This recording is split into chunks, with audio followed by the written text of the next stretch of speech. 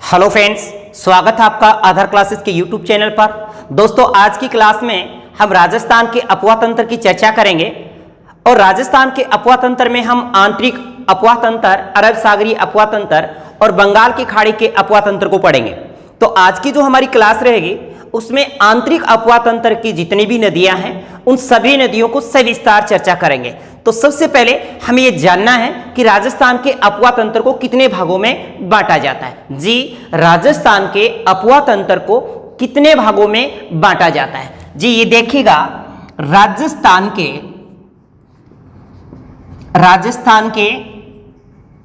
अपवाह तंत्र। जी, राजस्थान के अपवाह तंत्र को हम मुख्यतः 3 भागों में डिवाइड करते हैं। कितने भागों में? 3 भागों में। नंबर 1 पे है आंतरिक अपवाह तंत्र, नंबर 2 पे है अरब सागरीय अपवाह तंत्र और 3 नंबर पे है बंगाल की खाड़ी अपवाह तंत्र। जी, हम इन 3 की चर्चा करेंगे। तो सबसे पहले आपको यह पता है कि राजस्थान का जितना भी अपवाह तंत्र है वो अपने आप में क्या 100% है, यानी 100% है। ओके, इस राजस्थान की कुल अपवाह तंत्र का आंतरिक अपवाह के अंतर्गत आता है 60.2%। याद रखिएगा, राजस्थान के कुल अपवाह क्षेत्र का आंतरिक अपवाह क्षेत्र के अंतर्गत 60.2% आता है। ओके, जबकि अरब सागरीय अपवाह तंत्र 17.4% और बंगाल की खाड़ी का जो अपवाह तंत्र है वो 22.4% आता है। यानी राजस्थान के कुल अपवाह तंत्र का अरब सागरीय जो अपवाह तंत्र है वो 17.4% और बंगाल की खाड़ी का जो अपवाह तंत्र है वो 22.4%। ओके, बात समझ में?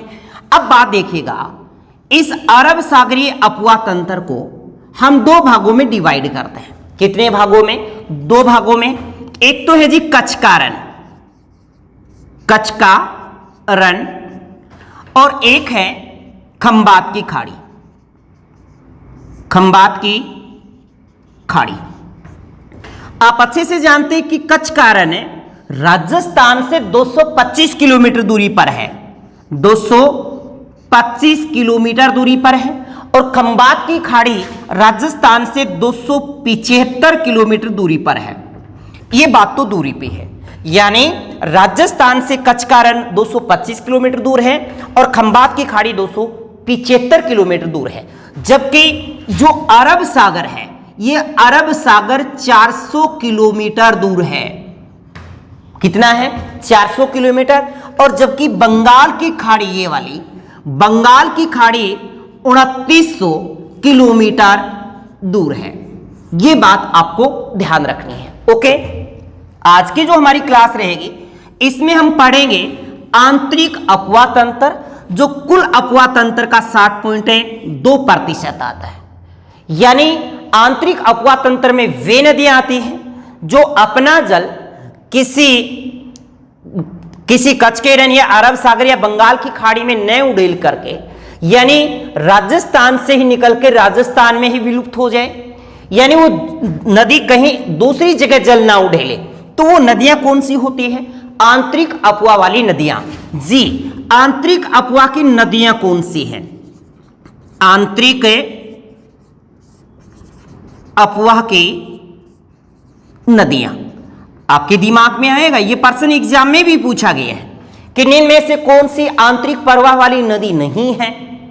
तो उसमें 3 नदी तो आंतरिक अपवाह वाली दे देगा और एक नदी हो सकता है अरब सागरीय दे दे या बंगाल की खाड़ी अपवाह तंत्र का दे सकता है।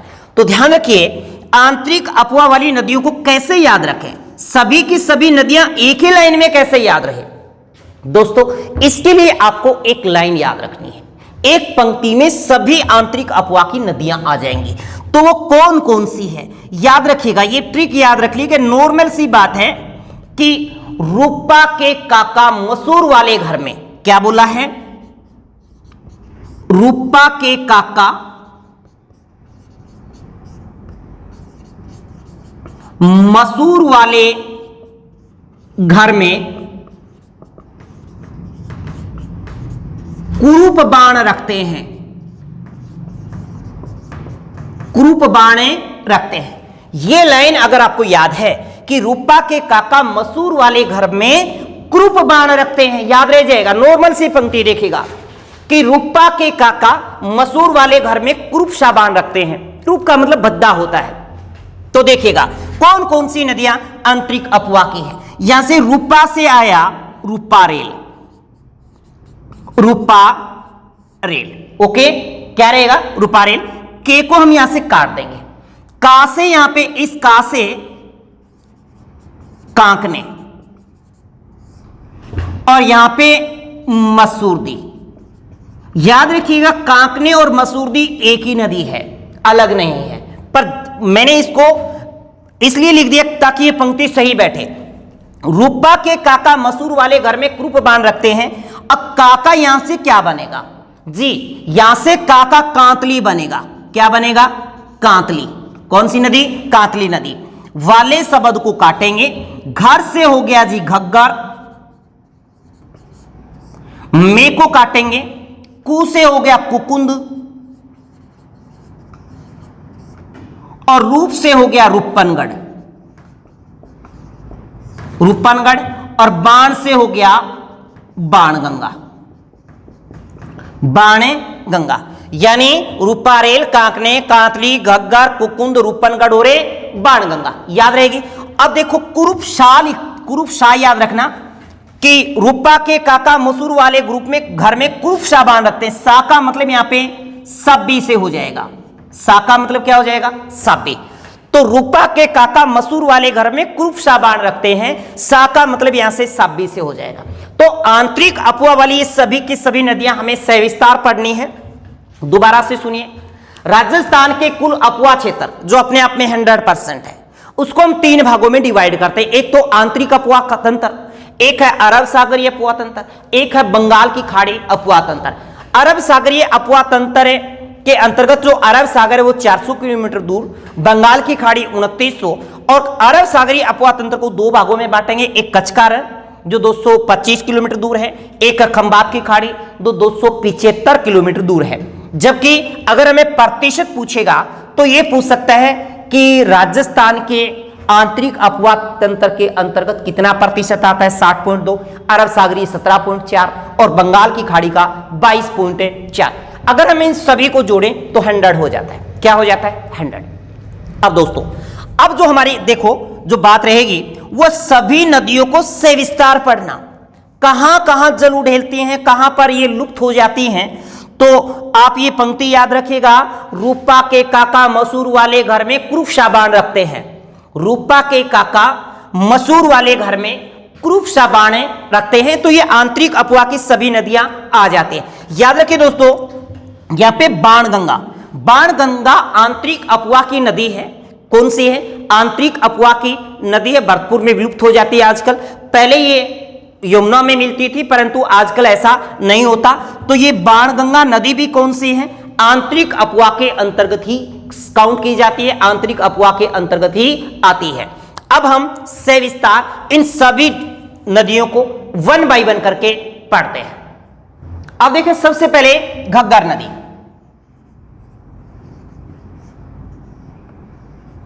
कौन सी जी? घग्गर नदी को पढ़ेंगे। अब घग्गर नदी के संदर्भ में हम इसको पहले डायग्राम से समझते हैं। देखिए, ये जो मैंने बनाया है ये कालका हिमाचल, कालका हिमाचल, यानी घग्गर नदी का उद्गम है कालका हिमाचल की शिवालिक पर्वत श्रेणी से होता है, और ये कालका हिमाचल से निकल करके पंजाब आती है।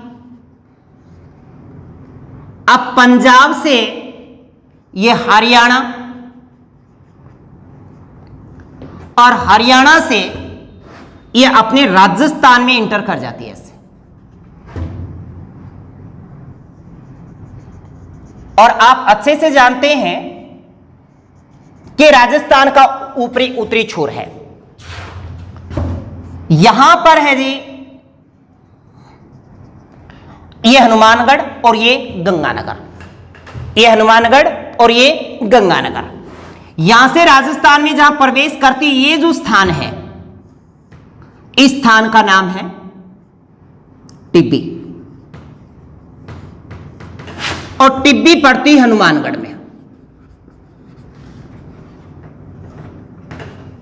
और टिब्बी हनुमानगढ़ के यहां पे तलवाड़ा झील में गिरती है। तलवाड़ा झील, यानी घग्गर नदी का उद्गम की बात करें तो जी इसका उद्गम है कालका हिमाचल की शिवालिक पर्वत श्रेणियों से, फिर ये पंजाब, पंजाब से हरियाणा, हरियाणा से होती हुई राजस्थान के टिब्बी नामक स्थान में राजस्थान से प्रवेश करती है और तलवाड़ा झील में गिरती है। हम जानते हैं कि तलवाड़ा झील राजस्थान की सबसे नीची झील है, राजस्थान की सबसे नीची झील, जबकि सबसे ऊंची झील नक्की झील है, ये हमने पहले पढ़ा है, सबसे नीची झील। अब देखिए यहां से निकल करके ये यहां गंगानगर में प्रवेश कर जाती है और गंगानगर से ये पाकिस्तान में चली जाती है, और पाकिस्तान में यहां पे पड़ता है पोर्ट अब्बास, यहां तक जाती है पोर्ट अब्बास पाकिस्तान, यानी पाकिस्तान तक जाती है, और पोर्ट अब्बास में ये जाकर के लुप्त हो जाती है, विलुप्त हो जाती है।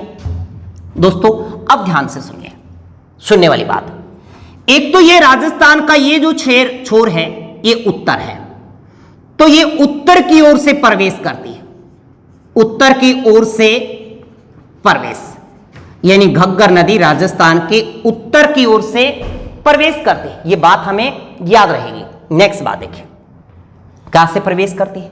उत्तर की ओर से प्रवेश करती है। और यहां थोड़ा सा आगे चलते ही हनुमानगढ़ जंक्शन है। क्या है? हनुमानगढ़ जंक्शन। और इस हनुमानगढ़ जंक्शन से इस घग्गर नदी के कारण यहां पे बाढ़ आ जाती है। यहां पे क्या आ जाती है जी? बाढ़ आ जाती है। हनुमानगढ़ जंक्शन पर इससे क्या आ जाती है? बाढ़ आ जाती है। इसीलिए इसे राजस्थान का शोक कहते हैं। क्या कहते हैं? राजस्थान का शोक। और ये हनुमानगढ़ जो जिला है ये वाला, इसको ये दो भागों में भी बांटती है। हनुमानगढ़ जिले को कितने भागों में बांटेगी? दो भागों में बांटेगी। और यहीं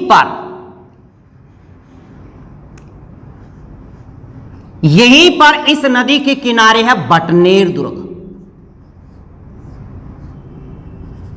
कौन सा दुर्ग? भटनेर दुर्ग। यानी घग्गर नदी के किनारे ही क्या है? भटनेर दुर्ग है। यह बात भी आपको याद रखनी है। यहीं पर कालीबंगा और पीलीबंगा सभ्यता भी है। ये जो दो मैंने लिखे हैं ये हैं कालीबंगा और पीलीबंगा। कालीबंगा और पीलीबंगा सभ्यता भी इसी नदी के किनारे हनुमानगढ़ में है। कहां पे है जी? हनुमानगढ़ में है। याद रहेगी। इसके बाद देखिएगा नेक्स्ट, ये नदी जैसे आगे जब गंगानगर में प्रवेश करती है तो गंगानगर में यहां पर गुरुद्वारा बुड्ढा जोड़ है।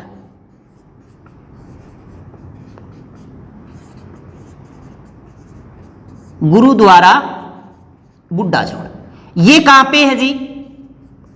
गंगानगर में है और ये इसी नदी के किनारे है। ओके, याद रहेगा। अब देखिए, ये राजस्थान के जैसे गंगानगर और हनुमानगढ़ जिले में इसका मुख्यतः विस्तार है। राजस्थान में अगर विस्तार की बात करें तो हनुमानगढ़ और गंगानगर।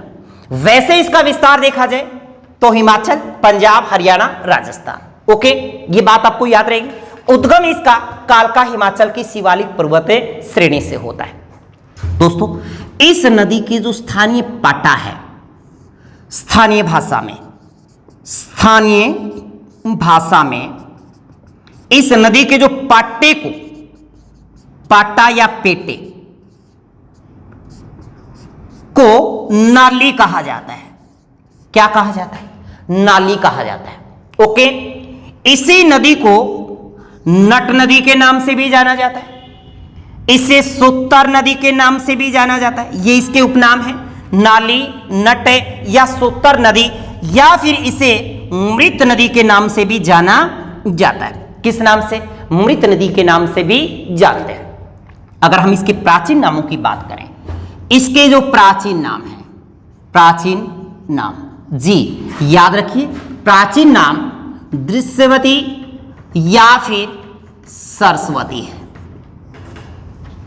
क्या है? दृश्यवती या फिर सरस्वती। जबकि दोस्तों इसकी जो कुल लंबाई है, लंबाई के संदर्भ में याद रखिए 465 किलोमीटर इसकी लंबाई है। क्या है? 465 किलोमीटर इसकी टोटल लंबाई है। पाकिस्तान के पोर्ट अब्बास में इसको हकरा कहा जाता है। क्या कहा जाता है? हकरा। पाकिस्तान में इसको क्या कहते हैं? हकरा कहते हैं। क्या कहेंगे अपन? हकरा। पाकिस्तान में इसको हकरा कहते हैं। राजस्थान में इसके स्थानीय पेटे को नाली कहा जाता है। उपनाम विशेष की बात करें तो एक तो नट नदी, सोत्तर नदी, मृत नदी और राजस्थान का शोक नाम से भी जानी जाती है।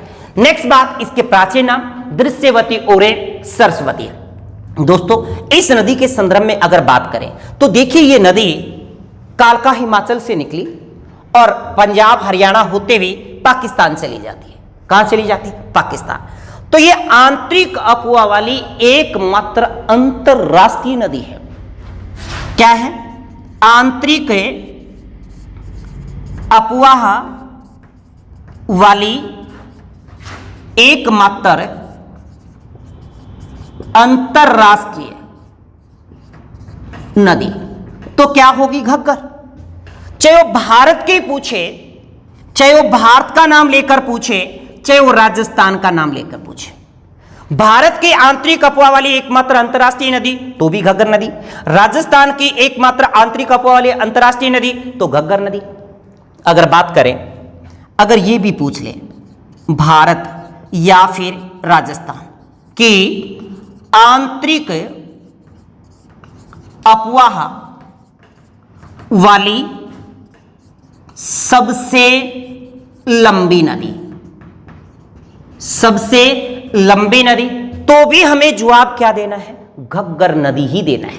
और राजस्थान की पूछ ले, राजस्थान की आंतरिक वाली सबसे लंबी नदी तो भी घग्गर नदी ही होगा, जब तक नाम क्या ना आए? पूर्णतः बहाव नाम ना आए। जबकि पूर्णतः बहाव दृष्टि से कांतली नदी है। और ये राजस्थान में कहां से प्रवेश करती है? उत्तर की ओर से प्रवेश करने वाली राजस्थान की एकमात्र नदी है। यानी राजस्थान में उत्तर की ओर से प्रवेश करने वाली एकमात्र नदी, या ये कह दें उत्तर की ओर से राजस्थान में प्रवेश करने वाली एकमात्र नदी, तो हमारा जवाब घग्गरे नदी होगा। क्या होगा? घग्गर नदी। तो घग्गर नदी के संदर्भ में आपको सारी बातें समझ में आई। अब आप इसका एक स्क्रीनशॉट लीजिए।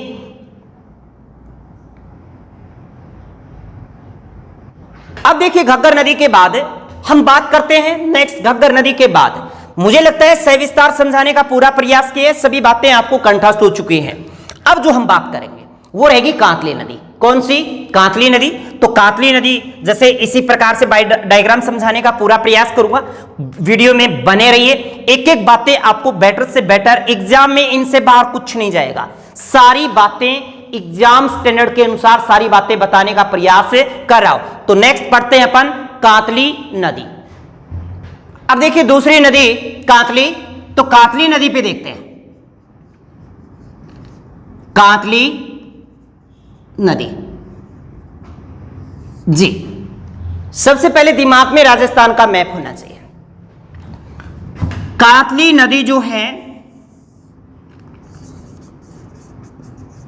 वो खंडेला की पहाड़ी सिक्कर से निकलती है। अगर इसके उद्गम की बात करें तो इसका उद्गम होता है खंडेला की पहाड़ी सिक्कर से। ओके, अब खंडेला की पहाड़ी से ऐसे ये ऊपर झुंझुनू और झुंझुनू के बाद अत्यधिक वर्षा होने पर चूरू के मंडरेला तक जाती है। ओके, यानी देखिए नक्शे में अगर देखें, मैप में देखें तो सिक्कर के ऊपर झुंझुनू, फिर क्या है ऊपर चूरू है। तो उद्गम खंडेला की पहाड़ी सिक्कर से हो रहा है। ओके, नेक्स्ट इसी के ऊपर और क्या विशेष है? अगर मैं इस नदी की लंबाई की बात करूं, लंबाई जी, इसकी लंबाई 100 किलोमीटर है और राजस्थान में पूर्णतः बहाव की दृष्टि से आंतरिक अफवाह की सबसे लंबी नदी मानी। पूर्णतः बहाव की बात कर, अगर कहे आंतरिक अफवाह की सबसे लंबी नदी तो आपको घग्गर ही जवाब देना है, जब तक नाम क्या ना हो, पूर्ण बहाव नाम ना हो। नेक्स्ट, यहीं पर एक सभ्यता है, यहां पर जिसको हम कहते हैं गणेश्वर सभ्यता। गणेश्वर सभ्यता, आपको पता है गणेश्वर सभ्यता सिक्कर। इसी नदी के किनारे एक तो गणेश्वर सभ्यता है। अगर हम बात करें झुंझुनू की, ये झुंझुनू जिला है जैसे। अब झुंझुनू जिले को ये 2 भागों में बांटेगी। कितने भागों में? 2 भागों में। और यहां पर झुंझुनू के अंदर एक सभ्यता है जिसका नाम है सुनारी सभ्यता। सुनारी सभ्यता ये झुंझुनू में है और सुनारी सभ्यता इसी कांतली नदी के किनारे है। जब अत्यधिक वर्षा हो तो ये चूरू के मंडरेला तक जाती है। आम भाषा में मंडेला बोल देते हैं, मंडरेला तक जाती है। ओके, इस कांतली नदी का जो अपवा क्षेत्र है, आप अच्छे से जानते हैं, इसका जो अपवा क्षेत्र है वो तोरावाटी बेसिन या शेखावाटी बेसिन के नाम से जाना जाता है। शेखावाटी बेसिन के नाम से जाना जाता है। एक बात जो मैंने आपको बताई थी कि राजस्थान में पूर्णतः बहाव दृष्टि से आंतरिक अफवाह की, आंतरिक अफवाह की सबसे लंबी नदी, तो जवाब देना है कांतली नदी। कौन सी? कांतली नदी। याद रहेगी, यह था कांतली नदी के संदर्भ में। ओके, कांतली नदी से आपको एक तो लंबाई, इसका तोरावाटी बेसिन या शेखावाटी बेसिन का निर्माण कौन करती है? तो कांतली नदी करती है। नेक्स्ट, सुनारी सभ्यता किस नदी के किनारे? गणेश्वर सभ्यता किस नदी के किनारे है? और इस नदी का उद्गम कहां होता है? खंडेला की पहाड़ी सिक्कर से। ये बातें थी किसके संदर्भ में? कांतली के संदर्भ में। अब देखिए 3 नंबर जो नदी की बात कर रहे हैं वो है कांकने, कांकनी, मसूरदी या फिर काटरी नदी।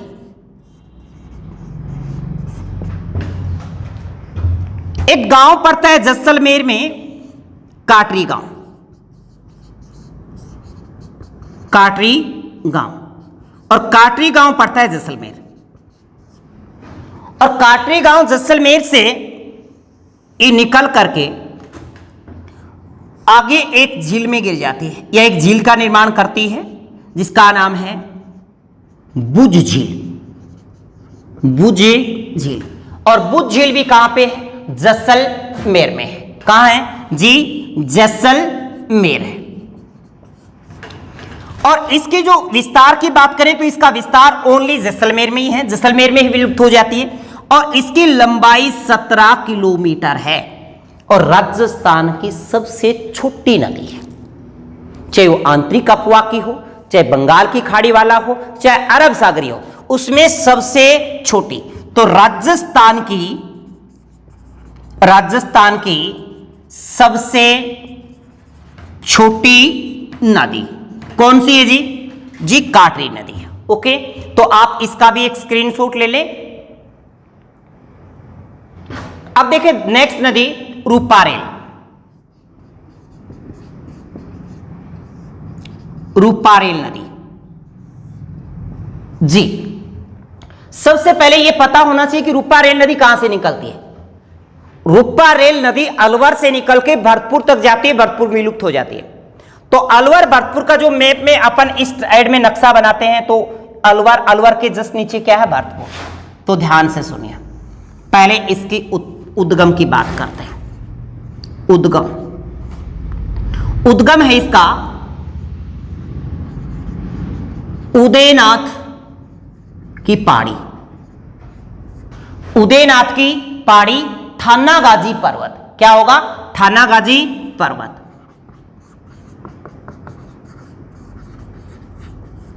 और ये जी अलवर से इसका उद्गम होता है, और अलवर के जस्ट नीचे इधर देखें तो क्या आता है? भरतपुर, और इधर से ये इस प्रकार से जाते हैं। ओके, और भरतपुर के अंदर एक झील में गिरती है जिसका नाम है मोती झील, और मोती झील है भरतपुर में। और फिर इसका जो अंतिम छोर है वहां पे बना है एक बांध जिसका नाम है सीकरी बांध। सीकरी बांध जी, ये बातें ध्यान रखिएगा कि इसका उद्गम अलवर से होता है और भरतपुर में विलुप्त हो जाती है। यानी इसका विस्तार देखें तो अलवर और भरतपुर है।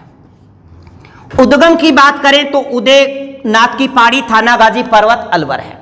ओके, और ये नदी उदयपुर में मोती झील का निर्माण करती है, मोती झील में गिरती है, और मोती झील के बाद इसके अंतिम छोर पर सीकरी बांध बना है। क्या बना है? सीकरी बांध बना है। याद रखिएगा, इस मोती झील को भरतपुर की जीवन रेखा कहते हैं, लाइफ लाइन कहते हैं। तो भरतपुर की जीवन रेखा की बात आए तो या तो आपका जवाब होगा रूपारेल नदी, और अगर किसी झील का नाम आता है तो रहेगी मोती झील। मोती झील, यह बात की किसकी? रूपारेल नदी की। अब रूपारेल के बाद हम जो चर्चा करें वो है रूपनगढ़ नदी। कौन सी? रूपनगढ़। अब देखें रूपनगढ़ नदी जी, रूपनगढ़ नदी, रूपनगढ़ नदी कहां से निकलती है? तो अजमेर से। अब देखिए भाई, मैं समझाने का प्रयास कर रहा हूं। जैसे यह है किशनगढ़ अजमेर, किशनगढ़ अजमेर, और किशनगढ़ अजमेर से इधर ऊपर की ओर चलती है ऐसे। ओके, किशनगढ़ अजमेर से थोड़ा चलते ही यहां पर इस पे एक झील बनी है, उसका नाम है कुचिल झील। क्या है? कुचिल झील। ये कुचिल झील जो है वो अजमेर मेरवाड़ा में है। कहां पे है जी? अजमेर मेरवाड़ा। और आप अच्छे से जानते हैं कि अजमेर मेरवाड़ा कभी केंद्र शासित प्रदेश हुआ करता था। इसके बाद ये अजमेर मेरवाड़ा से ऐसे ऊपर की ओर चलते हुए ऊपर की ओर संबर झील में गिरते हैं। यहां पे क्या है? संबर झील।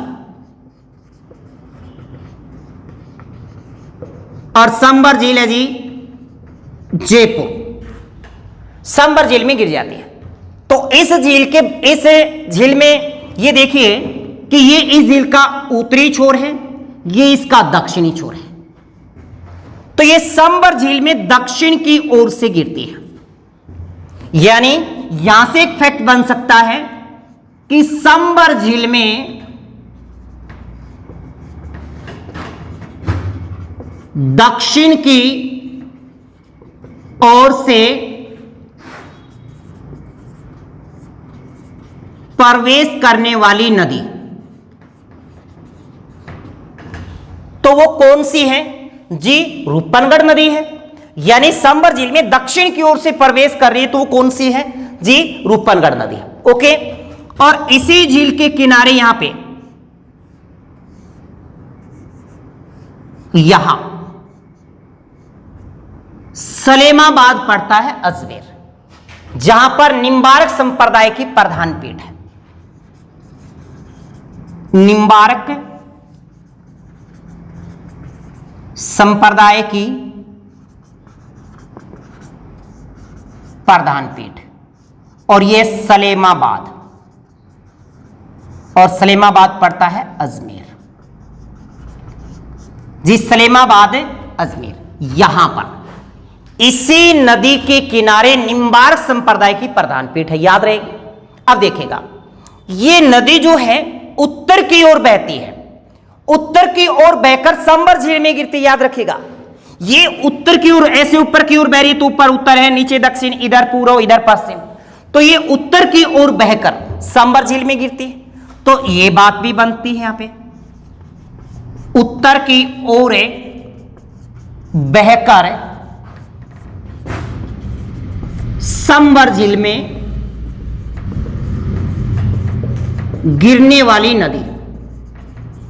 देखिए यहां पे, देखिए उत्तर की ओर बहकर, यानी उत्तर की ओर ऐसे, उत्तर की ओर इस प्रकार से बह रही है, और संबर झील में गिरने वाली, तो वो कौन सी है? रूपनगढ़ एकमात्र है। ओके, अगर ये पूछ ले कि संबर झील में दक्षिण की ओर से प्रवेश करने वाली नदी, तो भी क्या है? रूपनगढ़ नदी है। ओके, रूपनगढ़ के बाद देखिएगा, अब देखिए रूपनगढ़ नदी के बाद हम मंथा नदी की चर्चा करें, जो मनोरपुरा की पहाड़ी जयपुर से निकलती है, और फिर दक्षिण की ओर से इस साइड से कौन सी नदी गिरती है? मंथा नदी। मंथा नदी, यानी मंथा नदी की अगर हम बात करें तो ये जयपुर से निकलती है, ऐसे मनोहरपुरा जयपुर, और मनोहरपुरा जयपुर से इस प्रकार से निकलते निकलते यहां पर इस प्रकार से गिरते हैं। यहां पे नागौर है जी, इस साइड से ऐसे गिरते हैं, ऐसे इधर से, और यहां पड़ता है नागौर। ओके, याद रखिएगा, नागौर का लूणवा तीर्थ, नागौर का लूणवा जैन तीर्थ से होती हुई ये उत्तर की साइड से संबर में गिरती है। यहां पर है लूणवा जैन तीर्थ, ये नागौर में है, और लूणवा जैन तीर्थ के नजदीक से ये संबर झील में उत्तर की ओर से, देखिए संबर झील में उत्तर की ओर से गिरती है, तो यहां पे प्रश्न बनता है संबर झील में उत्तर की ओर से गिरने वाली नदी, तो आपकी कौन सी नदी होगी? मंथा नदी। परंतु ये दक्षिण की ओर बहकर किधर बह रही है? नीचे की ओर बह रही है, तो किधर बहकर? दक्षिण की ओर। याद रखिए, दक्षिण की ओर बहकर संबर में गिरने वाली नदी, तो भी क्या होगी? मंथा नदी। ओके, बात समझ में आई? यानी संबर झील से ये दो नदियां विशेष हैं। एक तो रूपनगढ़ जो है वो उत्तर की ओर बहकर संबर झील में दक्षिण से गिरती है, जबकि मंथा नदी दक्षिण की ओर बहकर उत्तर की ओर से संबर झील में गिरती है। यह बात हमें याद रहेगी। और इसी नदी के किनारे यहां पर लूणवा जैन तीर्थ नागौर है, जो जैन धर्म का है। किसका है? जैन धर्म, यानी लूणवा जैन तीर्थ बोलते हैं इसको, लूणवा जैन तीर्थ। अब देखिएगा, अपने रूपनगढ़ की बात हुई, मंथा नदी की बात हुई, अब हम बात करते हैं सब्बी नदी, कुकुन नदी और बाणगंगा नदी की। किसकी? सब्बी कुकुंद और ए बाणगंगा। साबी नदी कहां से निकलती? सेवर की पहाड़ी जयपुर से निकलती। सेवर की पहाड़ी जयपुर, और सेवर की पहाड़ी जयपुर से निकल करके अलवर चली जाती है। कहां? अलवर। और जब अत्यधिक वर्षा हो तो अलवर से यह हरियाणा की ओर पटौदी गुड़गांव में चली जाती है। पटौदी गुड़गांव हरियाणा, यानी यहां तक पहुंच जाती है और पटौदी के नजदीक जाकर विलुप्त हो जाती है। तो देखिएगा सेवर की पहाड़ी कहां से निकलती है जी? नहीं सॉरी, साबी नदी कहां से निकलती है? सेवर की पहाड़ी से। साबी नदी सेवर की पहाड़ी से निकल के अलवर को होती हुई अत्यधिक वर्षा के कारण पटौदी गुड़गांव में जाकर के विलुप्त हो जाती है। साबी से बस इतनी ही बात है। इसके बाद है कुकुंद नदी। कुकुंद नदी जी, कुकुंद नदी कहां से निकलती है? तो कुकुंद भरतपुर से ही निकलती है और भरतपुर में विलुप्त हो जाती है जी। कुकुंद नदी का उद्गम जो है वो भरतपुर है। अगर उद्गम की बात करें तो इसका उद्गम कहां है? भरतपुर ही है। और भरतपुर में ही इसी नदी के ऊपर एक बांध है जो पेपर में काफी बार पूछा जाता है। बंदे बारेठा बांध। कौन सा बांध है? बंदे बारेठा बांध, और ये भरतपुर में है। कहां पे है? भरतपुर में। तो साबी नदी सेवर की पहाड़ी जयपुर से निकल अलवर तक जाती है। अत्यधिक वर्षा के कारण ये पटौदी गुड़गांव तक चली जाती है। बस इतनी बात याद रखनी है। कुकुंद नदी का उद्गम भरतपुर से होता है। और कुकुंद नदी पर जो विशेष बनता है, ये इंपॉर्टेंट है कि बंद बारेठा बांध किस नदी पर है? तो कुकुंद नदी पर है। ओके, अब बात करते हैं आंतरिक अफवाह की अंतिम नदी बाण गंगा की। किसकी? बाण गंगा की जी। बाण गंगा नदी, जिसको हम क्या क्या नाम से जानते हैं? अर्जुन की गंगा कहते हैं, तीर की गंगा कहते हैं, ताला नदी कहते हैं और रुंडित नदी कहते हैं। क्या कहते हैं? रुंडित नदी। ये तो इसके उपनाम है। सबसे पहली बात आती है कि बाण गंगा का उद्गम कहां से होता है जी। ये है जी बैराट की पहाड़ी, और आप अच्छे से जानते हो कि बैराट की पहाड़ी कहां पड़ती है? जयपुर। ठीक है, बैराट की पहाड़ी जयपुर। अब बैराट की पहाड़ी जयपुर से ये निकलती है ऐसे। अब थोड़ा सा आगे चलते ही यहां पर बैराट सभ्यता है। बैराट है सभ्यता, जो मौर्यकालीन सभ्यता है। मौर्यकालीन सभ्यता, यानी इसी बाण गंगा नदी के किनारे क्या है? बैराट है सभ्यता, जो मौर्यकालीन है सभ्यता है। ओके, थोड़ा आगे चलते ही इसके ऊपर एक बांध बना हुआ है यहां, जिसका नाम है जमुआ रामगढ़ बांध। और जमुआ रामगढ़ बांध जयपुर में ही बना है। कहां? जयपुर। इसके बाद ये जयपुर से दौसा की ओर जाती है, दौसा, और दौसा से ये भरतपुर तक चली जाती है। कहां तक है? भरतपुर। और भरतपुर में यहीं पर एक बांध बना है। इस भरतपुर में यहां पे क्या बना? एक बांध। ये भरतपुर है जी। और भरतपुर में एक बांध है जिसका नाम है अजान बांध। यानी इसी बाण गंगा नदी के अंतिम छोर पे कौन सा बांध बना है? अजान बांध बना है। अजान बांध कहां पे? भरतपुर। किस नदी पर है? तो बाण गंगा नदी पे। यानी हमें पूछे कि बाण गंगा नदी पर कौन सा बांध है? तो अजान बांध है या फिर जमुआ रामगढ़ बांध है। ओके, दो बांध हैं। या फिर ये पूछ ले कि अजान बांध किस नदी पे है? तो बाणगंगा नदी पर है। ओके, देखिएगा इस अजान बांध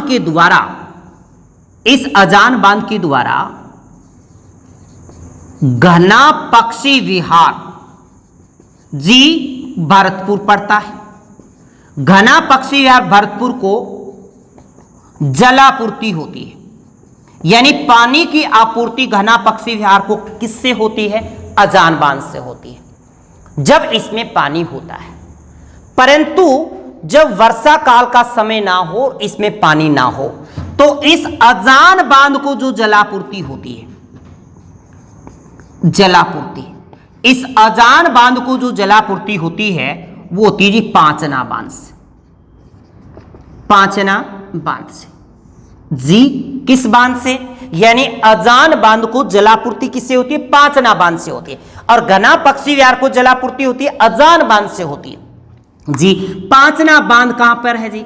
जी आप कहोगे करौली है। और ये पांचना बांध ही क्यों है? क्योंकि 5 नदियों के ऊपर बना है। 5 नदियां यहां पे आकर गिरती हैं। तो वो 5 नदियां कौन कौन सी हैं? एक तो अट्टा, एक माची, अब दिमाग में अवसर रख लिया, अट्टा, माची, भैंसावट, बरखेड़ा या बारखेड़ा और भद्रावती। ये 5 नदियां इसमें आकर गिरती हैं। और याद रखिएगा पांचना बांध मिट्टी से बना है, तो मिट्टी से बना सबसे बड़ा बांध, मिट्टी से बना सबसे बड़ा बांध कौन सा है जी? पांचना बांध। इसको किसके सहयोग से बनाया गया? तो अमेरिका के सहयोग से बनाया गया।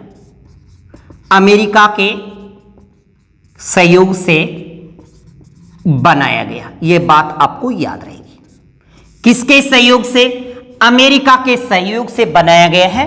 और इसकी जो सफाई है, कनाडा के सहयोग से इसकी सफाई हुई है। कनाडा के सहयोग से सफाई की गई। यह थी पांचना बांध के संदर्भ में। इसके बाद देखिए, आपने पढ़ा पीछे राजस्थान के भौतिक प्रदेश में बाणगंगा बेसिन, जहां पर बाणगंगा नदी का जो अपुआ क्षेत्र है वो क्या कहलाता? बाणगंगा बेसिन कहलाता है। बाणगंगा बेसिन, यानी इसका अपुआ क्षेत्र क्या कहलाएगा? अपुआ क्षेत्र बाणगंगा बेसिन कहलाता है, जिसका विस्तार जयपुर, दौसा, भरतपुर है। यानी इस बाणगंगा बेसिन का विस्तार कहां कहां पे है? तो जयपुर में है जी, दौसा में है और भरतपुर में है। और इस नदी के विस्तार की बात करें तो भी जयपुर, दौसा और भरतपुर है। दोस्तों, आज हमारी ये सारी की सारी आंतरिक अपुआ वाली सभी नदियां कंप्लीट हो चुकी हैं। मैंने आपको 1 बाय 1 अच्छे से समझाने का पूरा प्रयास किया है। तो दोस्तों, अगली क्लास में जो हम पढ़ेंगे वो रहेगा अरब सागरीय अपुआ तंत्र की नदियां। तो अरब सागरीय अपुआ तंत्र को पढ़ने से पहले हम उसी प्रकार से अरब सागर में गिरने वाली या खंबात या कच्छ के रण में गिरने वाली नदियों के संदर्भ में चर्चा करेंगे। तो इसी के साथ all the best, thank you.